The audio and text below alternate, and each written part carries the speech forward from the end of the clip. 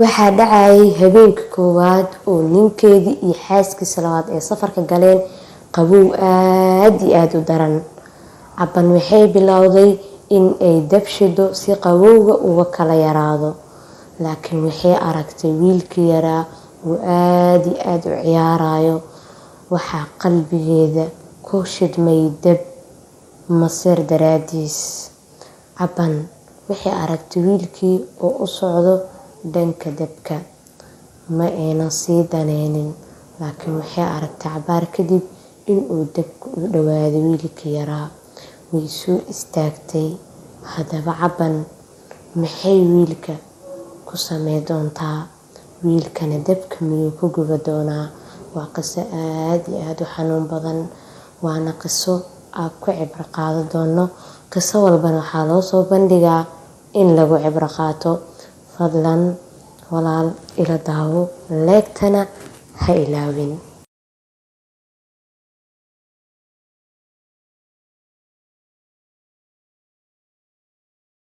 السلام عليكم ورحمة الله وبركاته. أصحابك حرنا مصونة وإن سلامي ومركلة مقال كانوا عصب أما فيديو عصب. أصحابتي إذا جبتوا هذا لا ما سنتهين كل كوجر كومنتيدين قرح بدن وأركا وما سنتين سيدي رجل النسان إلى أجر حسناتها إنكسيو. إن أصحابتك قدرنا وصبر تمشي جزءا لك نصية لايك يا كومنتي قرح بدن النص قرب بإذن الله. wax walbo oo noo soo qor kartid oo wanaaga oo dhiirigelina ama qalad day u aragtid iyo soo qor bidna sida qisadii tan ka horeysay qalad ayaa ku jira qaybta dambe qof igala soo hadlana ma jirin oo ii qabsaday anigana yani qada iga dhacday ilmo yar qalbigayga jiray marka saas eray yar iga qaldamay.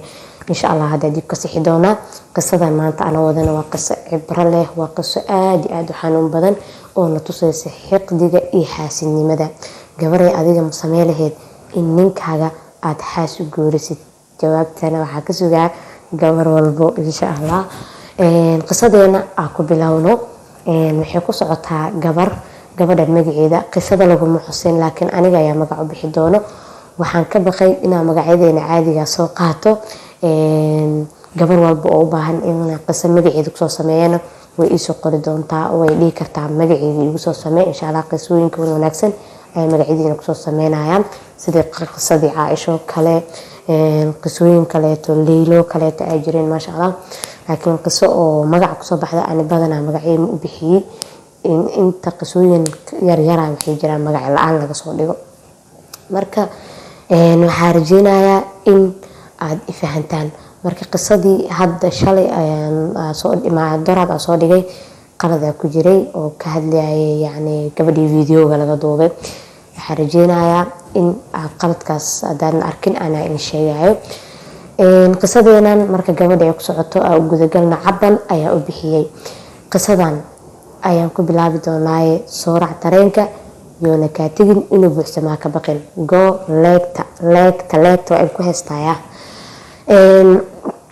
wiilkan waa wiil aad iyo aad u wanaagsan wuxuu guursaday gabar agtigiis dhalay. ilaahay muddo 3 sano ay isqabeen. ilaahay wax awlaad ah kuma kala siinin, laakiin Caban waxay ahayd mid mar walba ka walwasha sababta ay ilmo u dhalin ay yihiin maxaa qaldan maxaa ilmo u dhalweyn ay ka walwashaa. laakiin ninkeeda waa nin ku qanacsan ilaahay wuxuu u qoray oo qadartiisa aaminsan.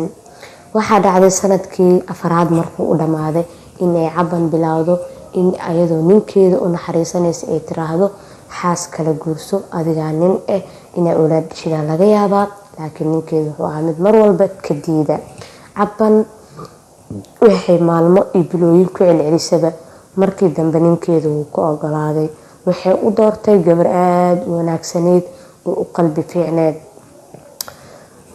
arooskoodii ayaa dhacay muddo bil ka yar ah. Caban qalbigeeda waxaa ku shidmay dab ama holac aad u daran masir daraadiisa markay aragtay ninkeedii inuu xaaskii labaad u sii dhawaanayo ama dhankeeda uu jiro. sababtoo Soomaali maxay ku mahmaaday wixii cusub iyo caalamka jecel. gabdho badan waxay iska raadiciyaan ninkooda markuu xaas guursado inuu xaaskaas kale ka jeclaaday, laakiin xiiso ayaa jiro. bis Caban qalbigeeda holacaa ku shidmay, maseer ayaa galay. waxaase aad iyo aad ee usii maseertay oo xaasidnimo gashay markay aragtay xaaskii labaad oo uur leh. haddana waxay dhashay xaaskii wiil. aad ayay usii qaraxday. maalin maalmaha ka mid ah ayaa waxaa u yimid ninkeedii iyo xaaskiisii oo aad iyo aad u labisan. ninkeedii ayaa wuxuu ku yidhi waxaan u soconaa safar, 2 maalin ayaan maqnaa doonaa, 2 maalin kadib waan imaaneynaa. sababta u baxaayo waxaa waaye in nadar aan ilaahay la galay aan soo fuliyo. wiilka yar adiga ayaan kaaga tagay ee noohaay. Caban haye ayay tiri.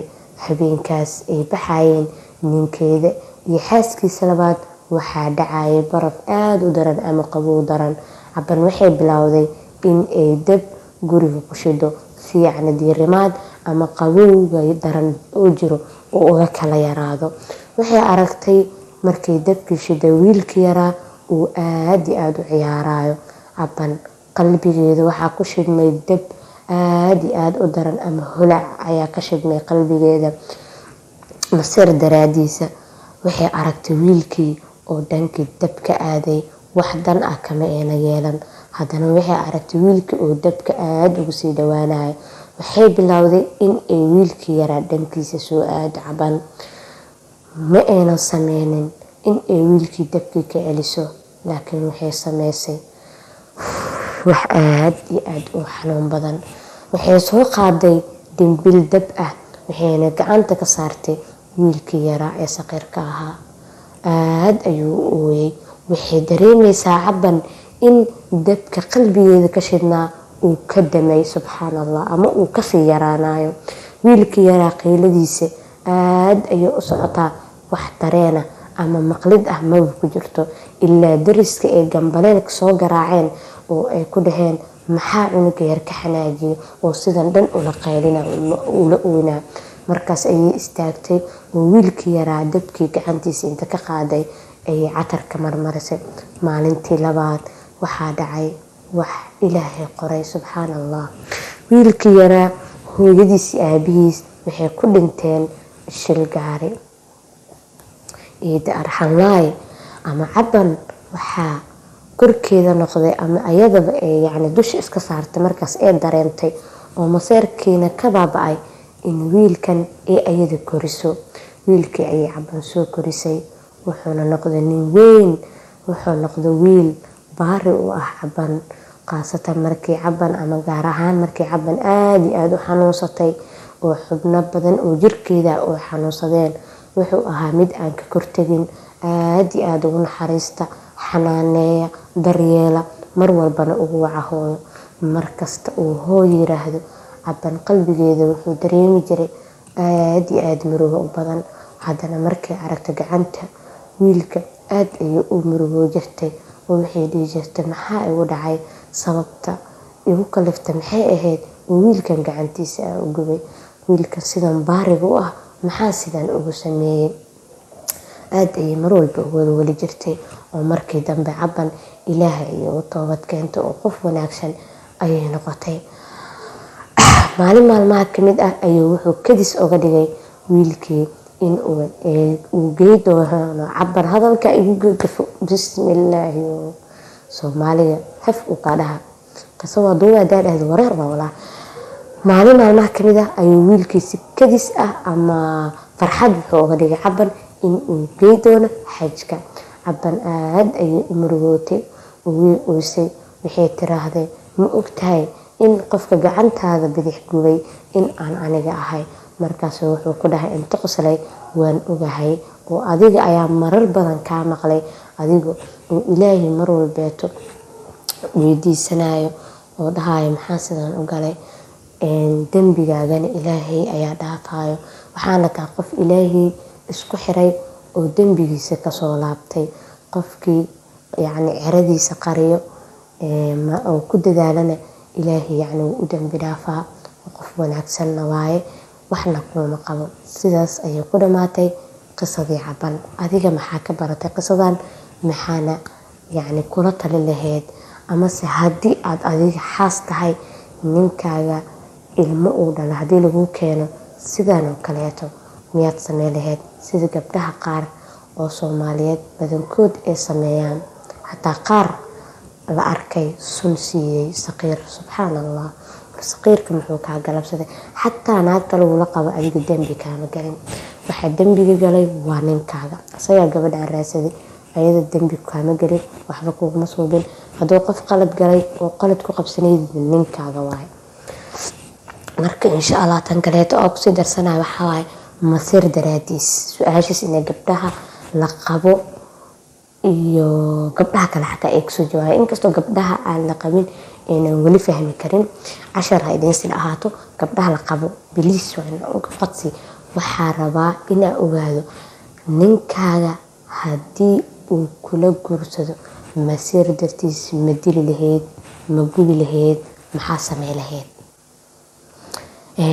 qisadii horeetaa u gudagaleynaa. qisadan waxaa ka faa'iideynaa in aan saqiirka la dhibaateynin oo saqiirka dembi lahayn, xataa gabar lagula guursaday ayna dembi lahayn. xataa gabadhan sidee sameysa adi ma samey lahayd? oo ninkaaga asagooba naag raadsan adi u doori lahayd? gabadhan ayadaa laba qalad gashay, saqiirkii dembi ka gashay, marka horeetana ayadaa raadisay. qisooyin waxaa idiin soo wada ayadana mucjiso ah. gabar ayadana xaasidnimo darteed ninkeeda nin la dhasha ku dhaheedo yacni yuusan guursanin oo ku dareeda gabar madhaliis camal ee dheheysa 2 sanad camal iyo barha qabo ma dhaleyso, dhaxalkiisa qaadanayna. subxaanallah, qof sidaas u fikiraya maxay tahay xaasidnimaha la salay. iyo qiso kaleeto oo ayadana gabar, hadda gabadhan waa gabar xun, ayadana xaas wanaagsan oo ninkeeda wadada wanaagsan ku hagaysa ayaa in soo wadaa.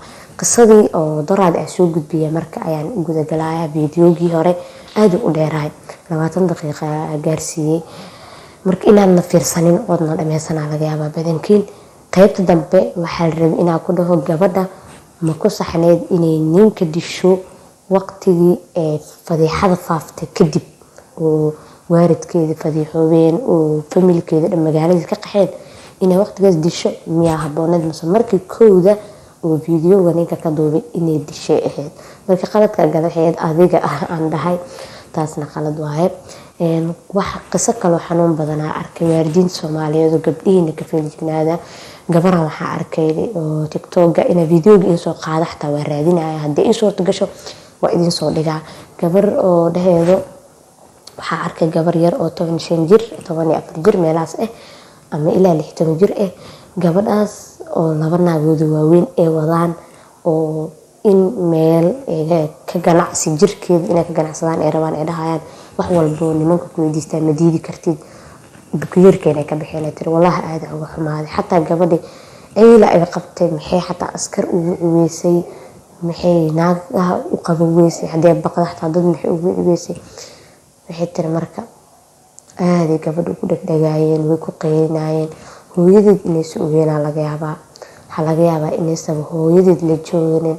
gabdhihiina min fadlikum u tura hooyooyinka nimankooda wax yar basiidka intay ku kala tagaan, gabdhahooda sidaas ay ku dhexeyso ka waran.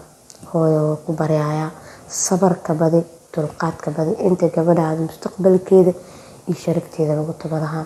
adigoo xataa gurigaaga joogtada gabadhaada ka ilaali dadka ay la socoto, mar walba feejignaaw, saaxiib la ahaaw, dadka la socoto ka warqab. adigoo qeylo wax ma keento ilaa iyo 14 sano markuu cunuga soo gaaro waxaa la rabaa in ay kaala dhexeeda calaaqo saaxiibtinimo ku dhisan.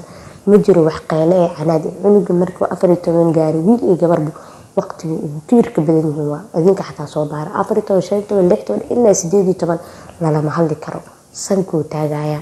marka inay isdejisaan isku day waalidiin. xoog wax laguma keeno. waqtiga hadda ku jirna waa waqti aad u xun, waa saban aad u daran yahay. tiktok fisqi fasahaad adduunya dhan joogto. marka insha allah sidaas aan ku soo gabagabeynaya. inta muuqaal ku kulmi doono fiidiyooga xigo. salaamu calaykum waraxmatullaahi wabarakaatuh. habeenkii koowaad ee ninkeedii iyo xaaskiisa labaad safarka ay galeen waxaa dhacayay baraf ama qabow aad iyo aad u daran. cabban waxay bilowday in ay dab daarto si guriga qabowga uga kala yaraado. waxay aragtay wiilkii yaraa oo aad iyo aad u ciyaarayo. Caban qalbigeeda waxaa ku shidmay dab ama holac masiir dartiisa. Cabaar kadib wiilkii oo meeshii dabka ka daarnaa u socdo ayay aragtay. Dan kama aynan yeelan, waxayse aragtay wiilkii oo dabka usii dhawaanayo. Way soo kacday oo way soo aaday, laakiin dabka ma ka celisay. Maxayse Caban wiilka ku samaysay? Waa qiso aad iyo aad u xanuun badan. Waxaan rajaynayaa in ay noo noqon doonto cibro, qof kastana uu ka faa'iideysan doono. Caban iyo wiilkan maxaa ku dhici doona? Inteese ku dambeyn doonaan? Wiilkan hooyadiis iyo aabihiisna intee aadi doonaan? Qisadeena ayaan ku arki doonaa. Fadlan ila daawo.